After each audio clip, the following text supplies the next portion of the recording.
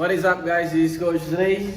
And yeah, time check 12:32 PM.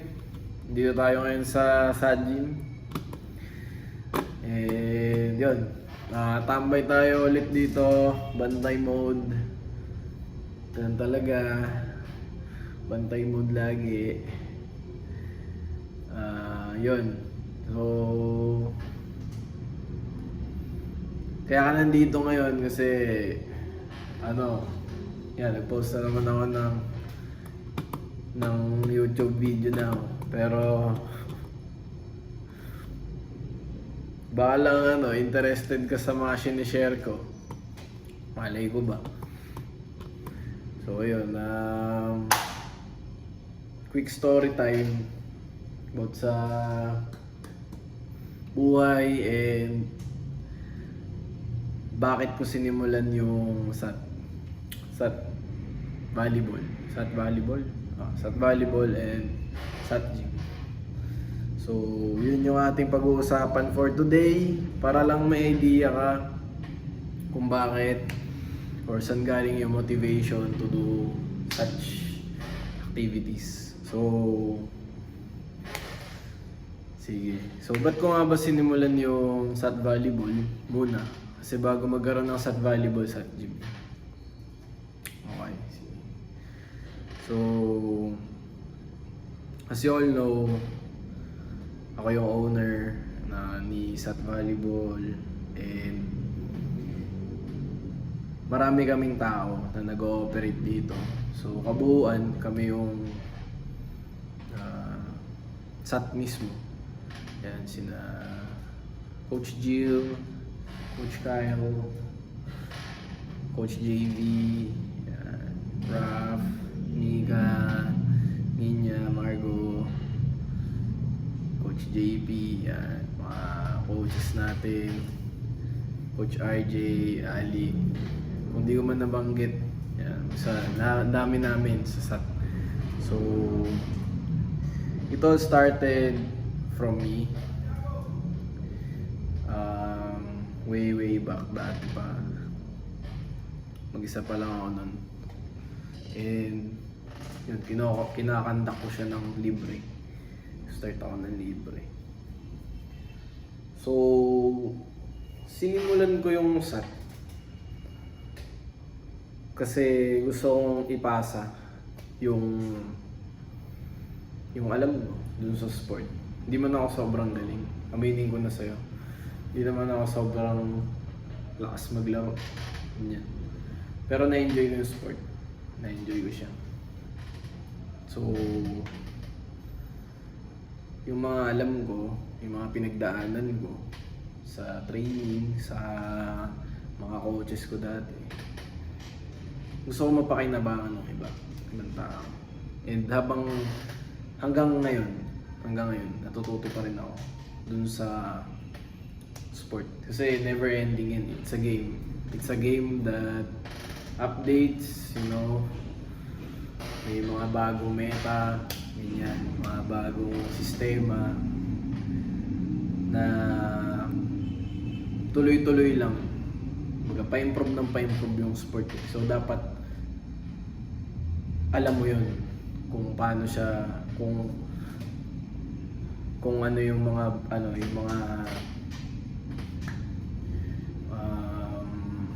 bagong diskarte sa laro. So mapalad lang din ako kasi yun nga, yung mga nakakasama ko na coaches, mga quality din talaga. Natututo ako sa kanila. Then yun nga, may iba nagturo ako ng libre. Pandemic, libre lang. Tapos yung mga drills ko nun, mga alam ko lang din na ginagawa ko dati. And that's only for the sake na makatulong sa ibang tao. Technically, ang dream ko talaga para kay SAT is makaproduce ng quality athletes ng volleyball sa Muntinlupa. Pero wala akong clear vision on how will I do it. So I started for free. Libre lang yung training, ganyan. Di man ako sobrang galing talaga magturo. Kasi syempre, paano ako gagaling kung hindi ko sisimulan? Ganyan. Sinimulan ko lang. Mga alam ko, tinuturo ko. Makikinig ako sa mga mas magaling sa akin. Ganyan. And yun, hanggang sa nabuo na si Sat Valley. And habang tumatagal, minamonetize ko na yung volleyball. Kasi syempre, you know, we need better equipments, better coaches, better court, ganyan. So, doon ang gagaling yung budget ng mga ganong bagay.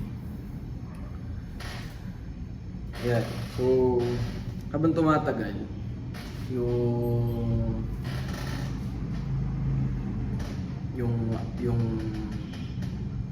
movement is at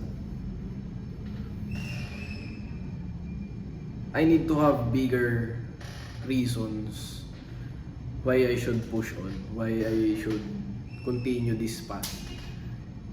Kahit hindi ko alam kung ano yung kalalabasan ng activity na or yung mga goals ko para kay Sat. Dati wala akong idea kung anong gusto kong patunguhan, anong direksyon neto, ganyan. Kung ilo-long term ko ba siya or what. I need to have bigger reasons to push this idea ng Sat Volleyball. So, gusto ko lang din ipakilala sa inyo kung sino si Sat Volleyball. Si Sat Volleyball, ang pinopromote namin is yung 3 core values, which is yung Kaizen, 1% better than yesterday, continuous improvement. Second is familial love. So, yung pag-welcome kahit kanino. Pangatlo, excellence. So, yun yung mga namin. 3 main core values. Posted naman na yun sa website namin. So, para lang din alam nyo, familiar kayo dun. So, yun yung tatlo. And, nanggaling yun, tatlo na yun, sa mismong core value na pinangahawakan ko. Yun, so ngayon mag-open up ako sa inyo para lang din may idea kayo kung sino ba si Coach Dre, tsaka saan galing yung sistema and values ni Sat Volleyball mismo. So, ayun. Una is first reason why I push this idea of Sat Volleyball is because I was depressed back then. I have depression. So, kuwento ko yan dahan-dahan. Depression, and then pangalawa is lack of purpose. Yun. So, depression and lack of purpose. Okay. So, unahin natin sa depression. So, sa mga hindi nakakaalam, well, most of you doesn't know. Nung 8 years old ako, 8, tama. 8 ata or 7. Namatay yung nanay ko. Okay. Namatay yung nanay ko due to aneurysm, which is yung pagputok ng ugat. Yan. And siya yung best friend ko. Kasi ganoon naman lagi, di ba? Pag bata ka, yung lagi mong kaibigan, ang pinakamahal mo sa buhay, siyempre nanay mo. Ganun. Namatay si Ermats, namatay si nanay. Ang mga kapatid ko nag-aaral pa. Si tatay nasa ibang bansa. So, in short, and hindi rin naman exaggerated, pero parang I felt alone. Nandun naman yung support ng lahat ng buong pamilya. Pero syempre, may impact pa din yun sa bata, yung pag namatay ang nanay. And that damaged me as a person. Kasi maaga nawala. Baga walang proper goodbye. And I don't know why, kung how that happened or what. Kasi bata ako eh. So it left it left me fucked up. Dati. So, depressed ako. Umabot sa point na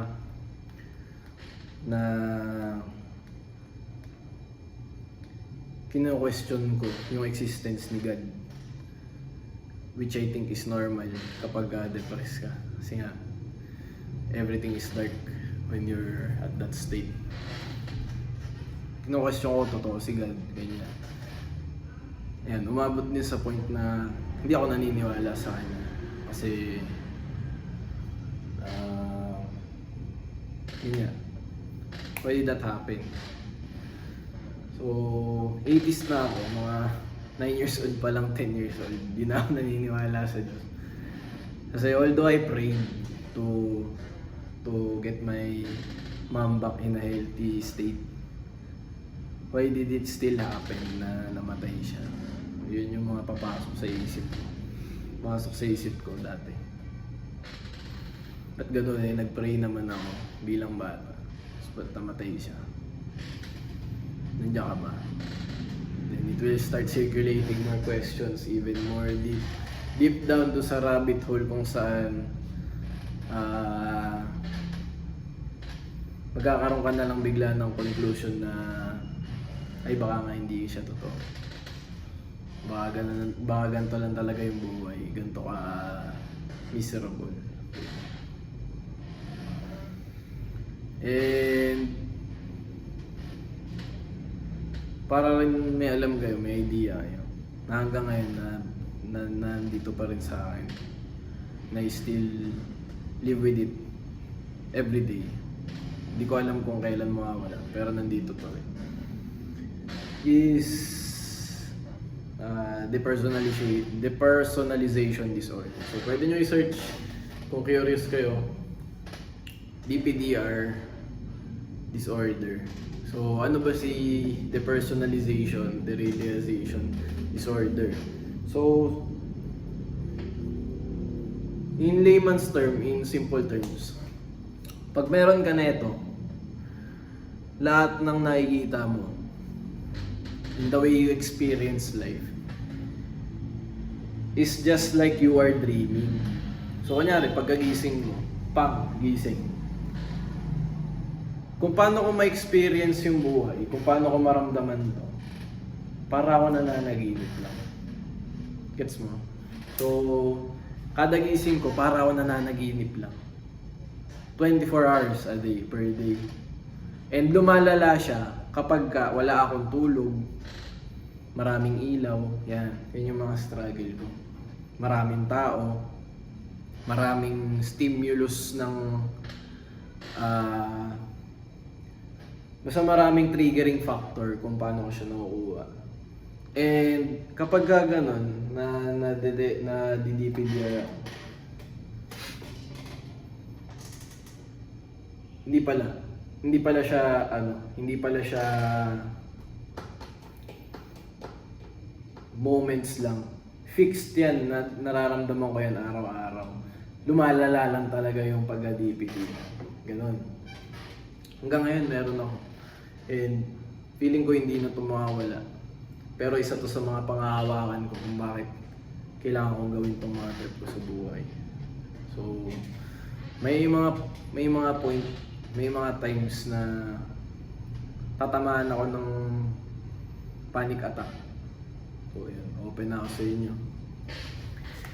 Panic attack, ang feeling ko is sobrang bilis ng tibok ng puso ko. Nininervyos ako. This happens only sometimes pag sobrang daming stimuli nga. Yung nagti-trigger. Kung nagpa-pile up. Maintindihan mo yan kapag meron ka. Nagpa-pile up lang. Pero technically speaking yun, minsan may nagpa-panic attack ako. Kapag yun yan, nararamdaman ko na ganun, overwhelming yung sensation ng kapaligiran mo. Titibok yung puso mo, tapos yung tumatakbo sa isip mo, ang dami sinasabi ng utak mo. Yan, kalaban mo yung sarili mong utak pag may ganito ka. So So, yan yung mga struggle ko.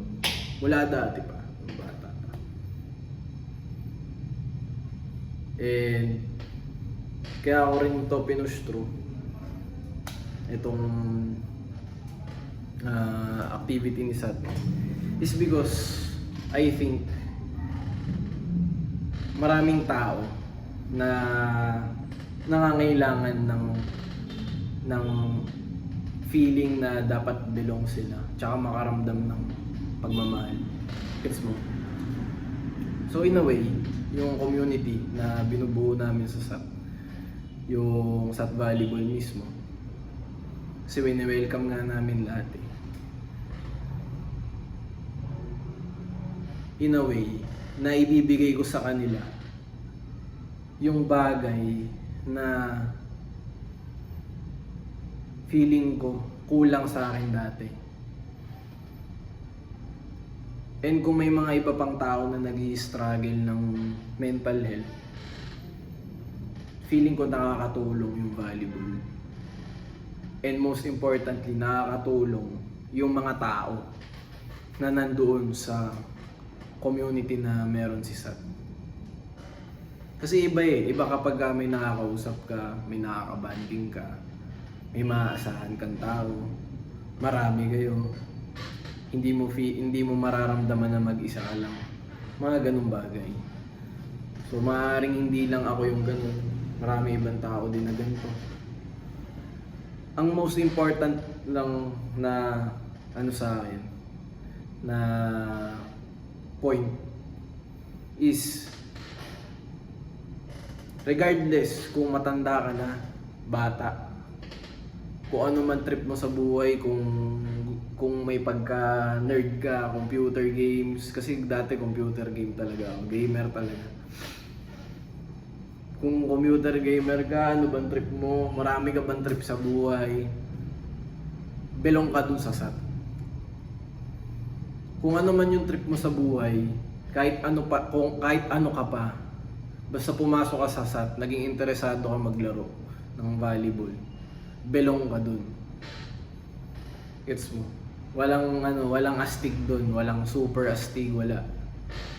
Ano lang kami, tao lang kami. Simpleng tao lang, may mga sariling trip sa buhay na nasa isang komunidad na nag-e-enjoy. Yun lang. So in a way, na parang napupunan ko yung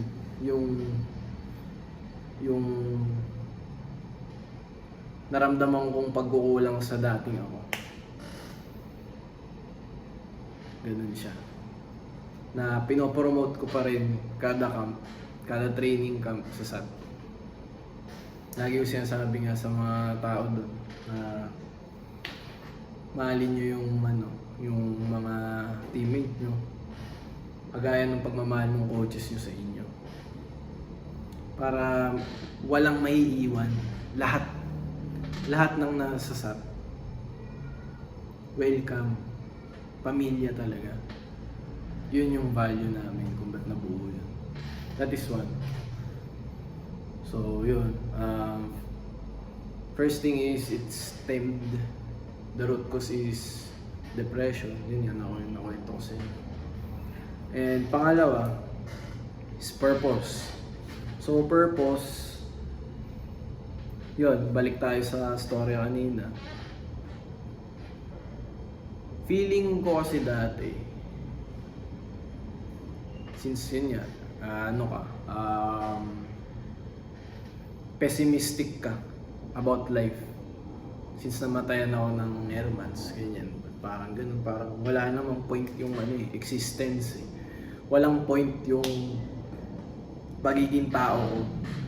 Kumbaga tao lang ako, para akong hayop na nilagay sa isang mundo. Tapos mamamatay lang din ako bigla. Ganon yung viewpoint ko dati. Lack of purpose. So habang tumatagal, nilalaro ko to kasi for the sake na nilalaro ko lang siya high school. Hindi ko pa nakikita yung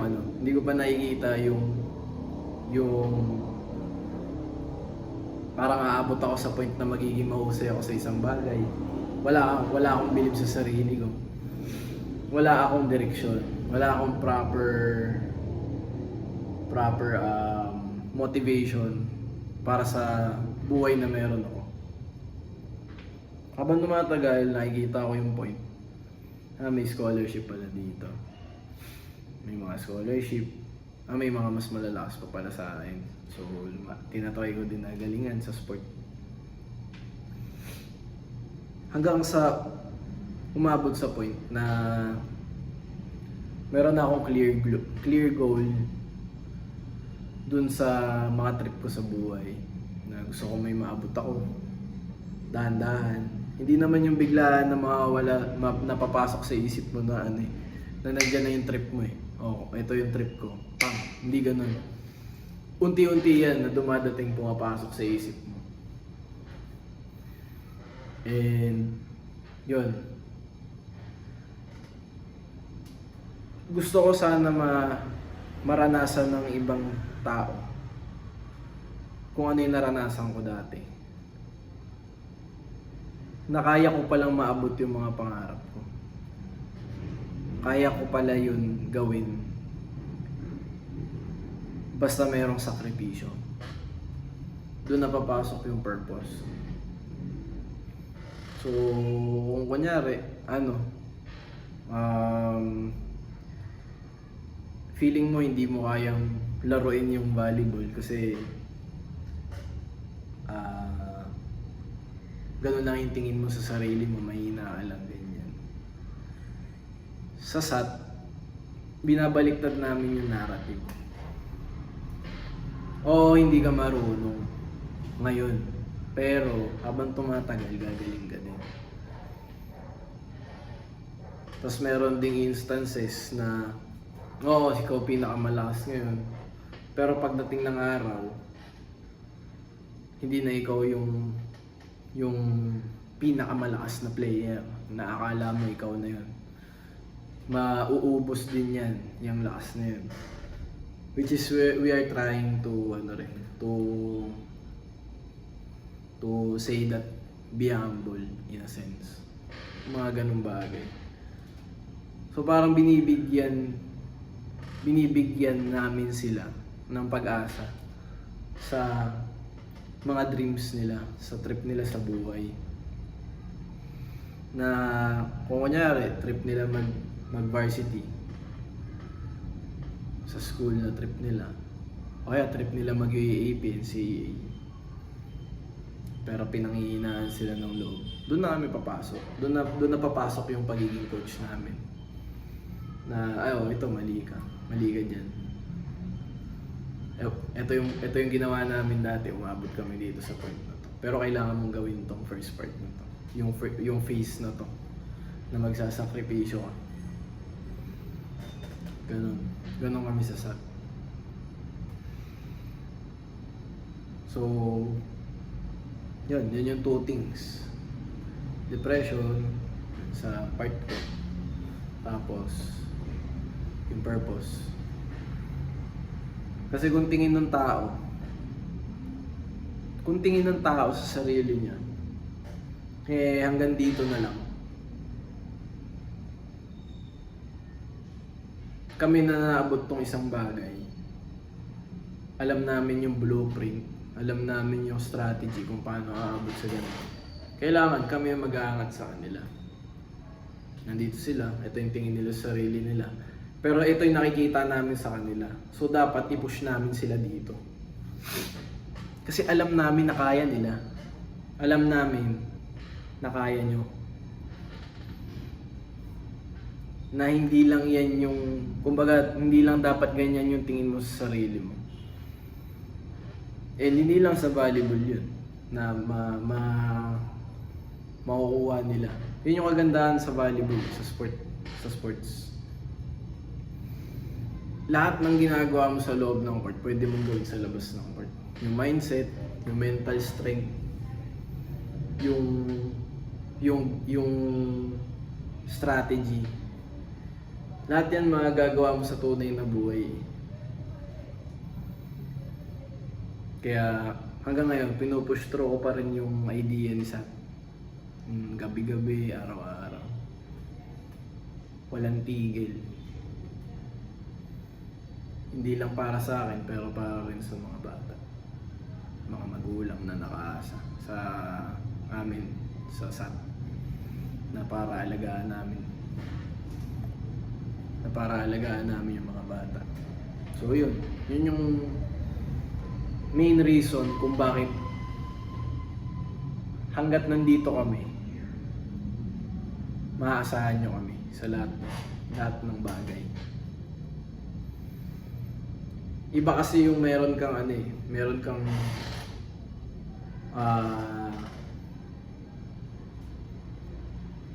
deep reasons kung ba't mo ginagawa isang bagay.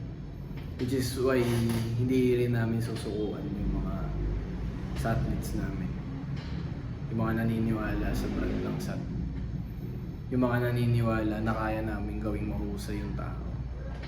Yung mga naniniwala na kami yung tutulong sa kanila para maabot yung point na ganito. So, yun lang. I hope na-discuss ko lahat and nakinig kayo ng mabuti. Yun, medyo dumaan tayo dun sa childhood life ko. Pero, yun yung katotohanan eh. Yun yung totoo. Tsaka, yun, baka meron kayong learning na makuha dun sa mga pinagsasabi ko. Yun lang. Sana nag-enjoy kayo sa video na to. See you guys next time.